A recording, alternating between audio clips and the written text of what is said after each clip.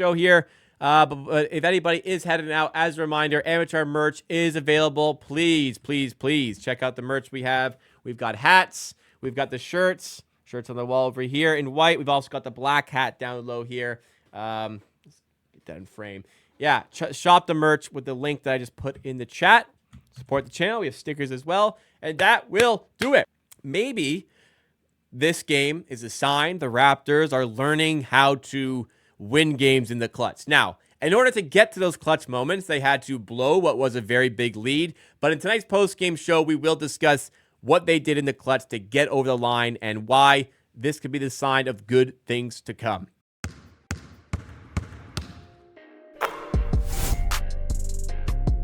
Again, guys, if you're enjoying the content, make sure to hit that like button. And also, because I do content like this for basically every Raptors game, I need you to subscribe to the channel to keep up to date with everything we have thrown your way here in the Amateur Hour Production Network. But what a fantastic win by the Toronto Raptors.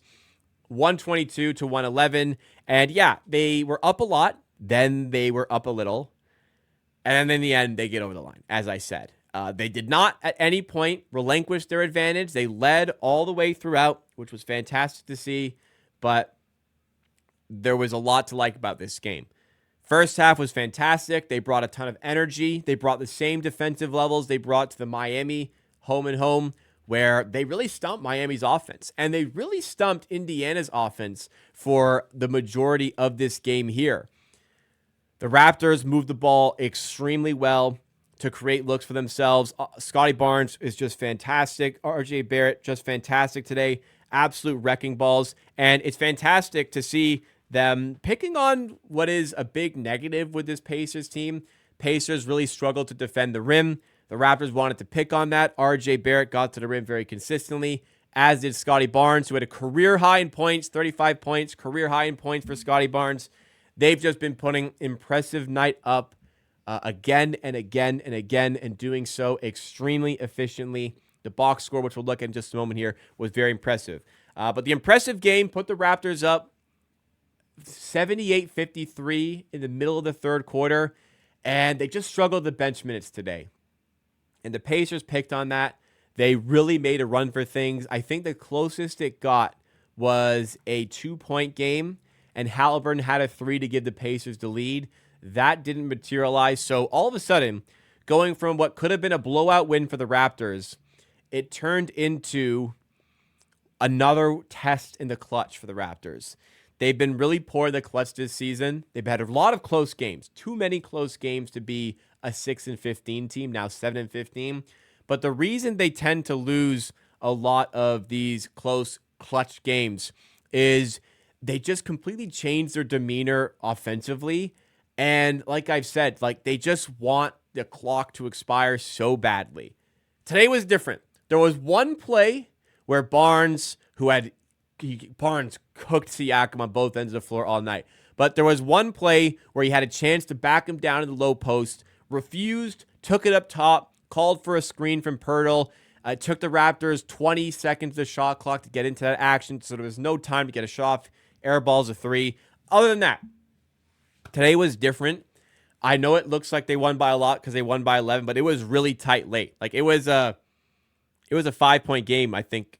I think it might have been 105-102. But other than that, way better today because they just get into their action right away. And if a good shot comes 10 seconds into the shot clock, that's way better than a bad shot being forced up 23 seconds into the shot clock.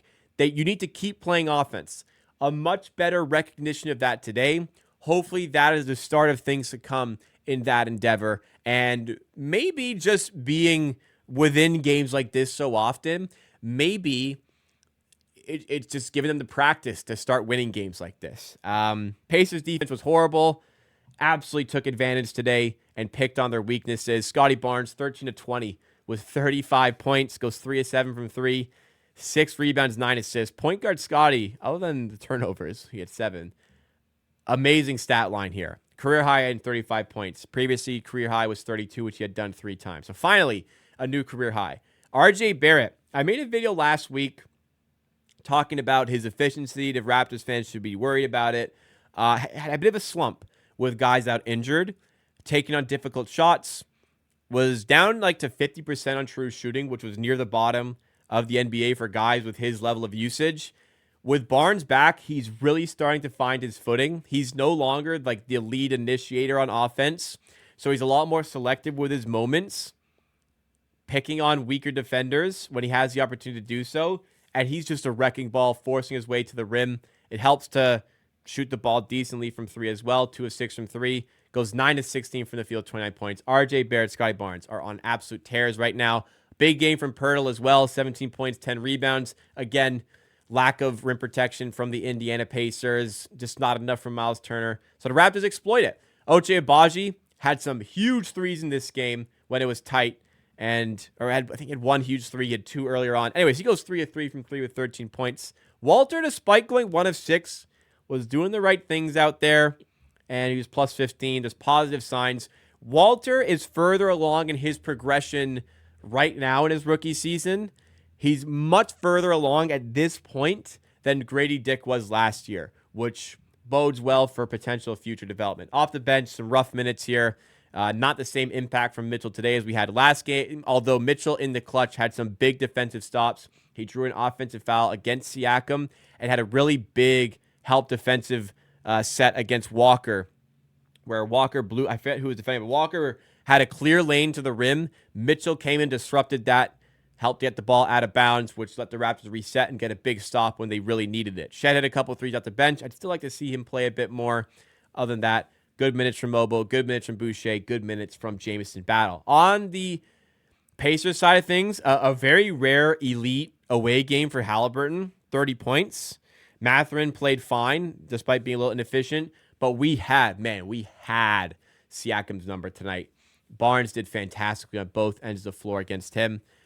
Turner, just a lot of open threes being afforded to him. I think the Raptors were just comfortable taking away a lot of the inside game, and part of the sacrifice was letting Turner shoot a bit. Kind of made us pay, but not enough in the end. Toppin, I think, was like their best player tonight. He was plus 17. Toppin was doing so many great things on both ends of the floor for them, and his minutes were obviously very, very good as they came back and nearly took us over. Largest lead, I believe this is incorrect. It says 24 for the Raptors. I believe it was 25 when they led 78-53. But I'll tell you what's a fun stat.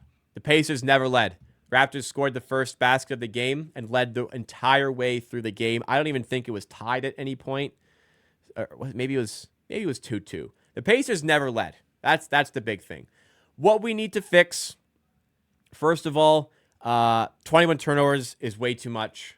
7 of them came from Scottie, but a lot of sloppy turnovers by the Raptors. Can't have that. Fortunately, our shooting makes up for it because they go 54% from the field. And 6 offensive rebounds. This isn't a great rebounding team. Again, we shoot the ball well enough that doesn't really matter, but for a team like this, you'd want to kind of make that up. I mean, maybe they just made so many shots, there was less offensive rebound opportunities, but I'm being picky when I mention these things. Great win by the Raptors, and considering the upcoming schedule for this team as well, even better. Tough homestand. They're underdogs here against the Pacers. I said this morning, I do a show in the morning, I said I think the Raptors will win. I was at the arena an hour before the game to drop off some merch to an amateur community member. He asked me for the game. I said, I think the Raptors are going to win tonight. I said at the start of the stream, I think the Raptors are going to win tonight. They win tonight. Great stuff. Now it gets tough. You've got the Thunder on Thursday. I think the Thunder will be favored by like 9 or 10. Dallas on Saturday. I know these are home games, but still, Dallas will be favored by probably like 6 or 7. Knicks will probably be favored by like 6.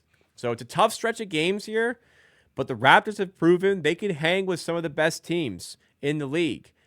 And if they can continue to perform in the clutch like they did tonight in other games, they're going to eke out a lot more of these wins and improve on this 7-15 record. Look, rebuilding, tanking are definitely some conversations, but this team is right on the cusp of being in a play-in tournament position.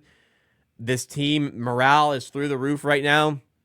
They're going to keep pushing forward, and whatever happens, this is a fun team that is a lot of fun to follow right now, and I'm just going to enjoy the ride as much as possible.